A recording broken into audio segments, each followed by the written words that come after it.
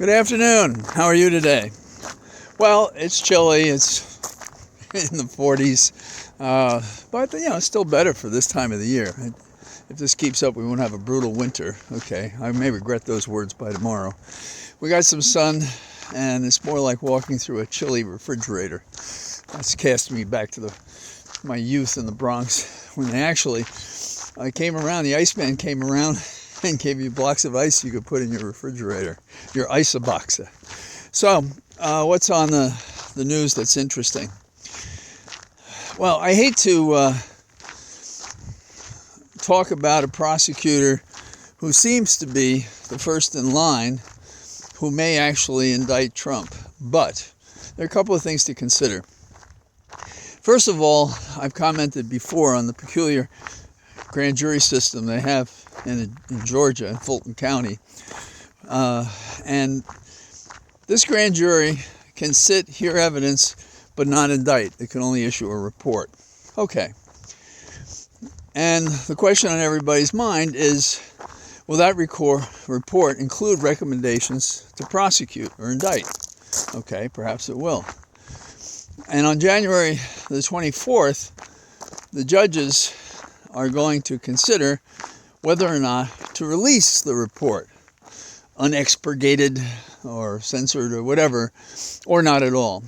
Now, here's my problems as a criminal defense lawyer. It strikes me as unusual to do both a report and an indictment. That is to say, grand juries issue reports often on matters of public safety and also misconduct, but then there is not a prosecution. It's a report. It may recommend like a commission, like years ago there was the Knapp Commission in New York looking at corrupt police work involving narcotics and other things, payoffs. So what is going on here? Well, doesn't it strike you as unfair, say they do this, if they issue a report on the criminal conduct of 17, 18 people, and then they indict days later? I think you do one or the other. I don't think you do both. I think it's wrong to do both. Now here's another question. What if it's split? That is, there are 17 or 18 people, and you recommend that 12 of them are suspicious, but you're not indicting, and you recount what they did wrong. And then you say we should indict others, including, say Meadows or somebody. And then you go and you do indict them. And the report laid out what, say, Meadows did that justified going forward with an indictment.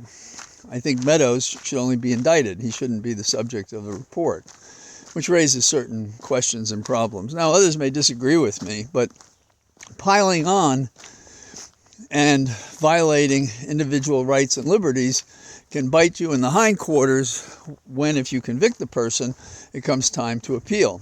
And that motion might be made before the trial, and it might be made on appeal. Would it succeed? Maybe not, but there it is.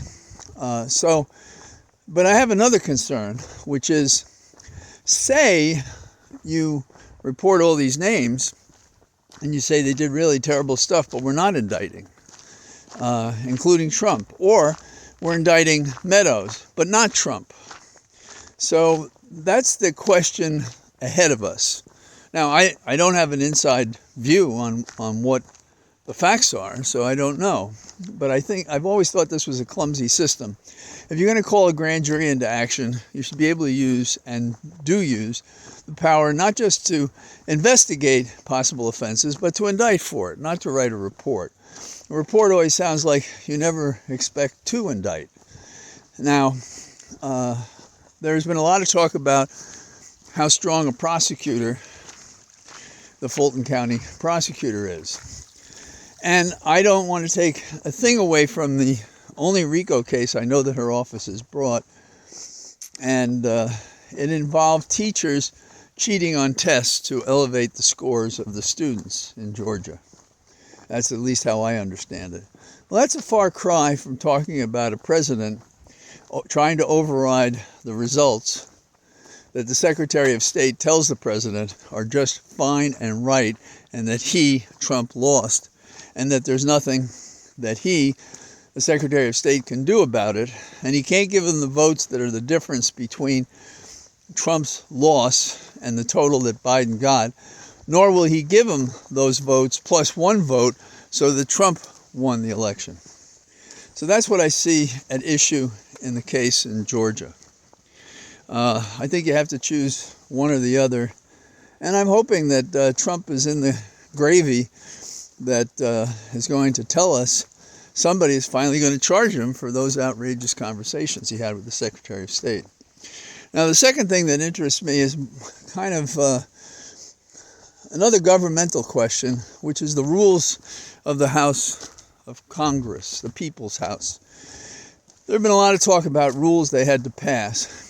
And maybe the most interesting one is the rule that one member of Congress, Republican or Democrat, can move to expel McCarthy from the chair as the Speaker.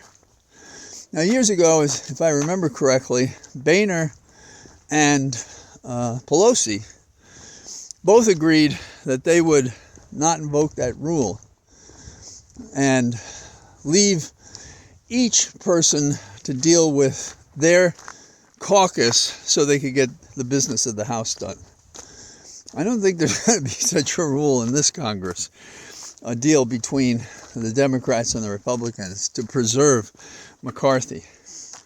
But let me tell you something else about what the Rules Committee is, separate from these individual fights that'll be standing rules. The Rules Committee is how a speaker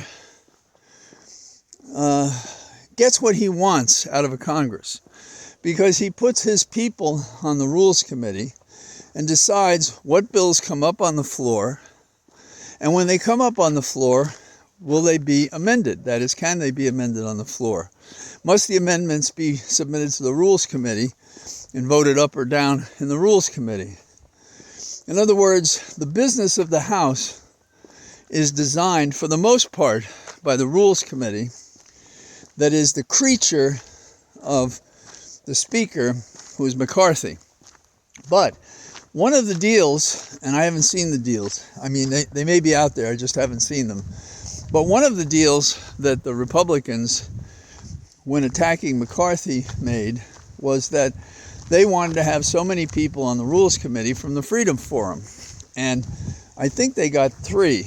And if McCarthy is ceding the power of the Rules Committee to these people, his speakership becomes so fragile as to perhaps be impotent politically.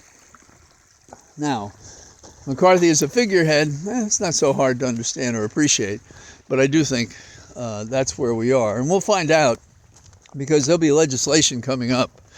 And among them is the debt limit. They want debt limit to come up as a standalone. So you vote to increase the debt limit or not without anything else being in a package of other material. In other words, to defeat log rolling when it comes to choosing the debt limit. The last thing that I find distressing is the story that Garland has appointed a Republican U.S. attorney appointed by Trump out of Illinois to investigate the finding of certain documents from the White House, and it's not clear to me they were classified or not, that were found in Biden's center, the Biden Center, when the organization that he had when he was vice president. Doesn't that sound like Garland is covering his hindquarters, thin as his bony hindquarters are, so that he can say he's being fair to Republicans and Democrats by attacking Biden?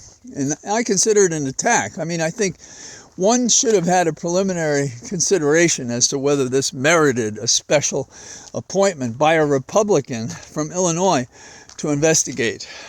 And so the drill goes on. Some days we must feel like we're in a soap opera, but this soap is acidic burns the skin like hydrochloric acid. And that's what we have to be worried about. What is Garland doing to our nation by failing to chase the real criminals and to besmirch the president who appointed him to office? And I don't mean he should be beholden to him, but I mean he should not be a scared kitty who feels he has to strike against the person who put him in his position to prove his independence on a bullshit case. Just a couple of thoughts I have. So that's what I got for today, and here I am with my little Irish cap because it's a little chilly, and I'm in my cathedral of trees, and I look forward to talking to you tomorrow. Bye-bye.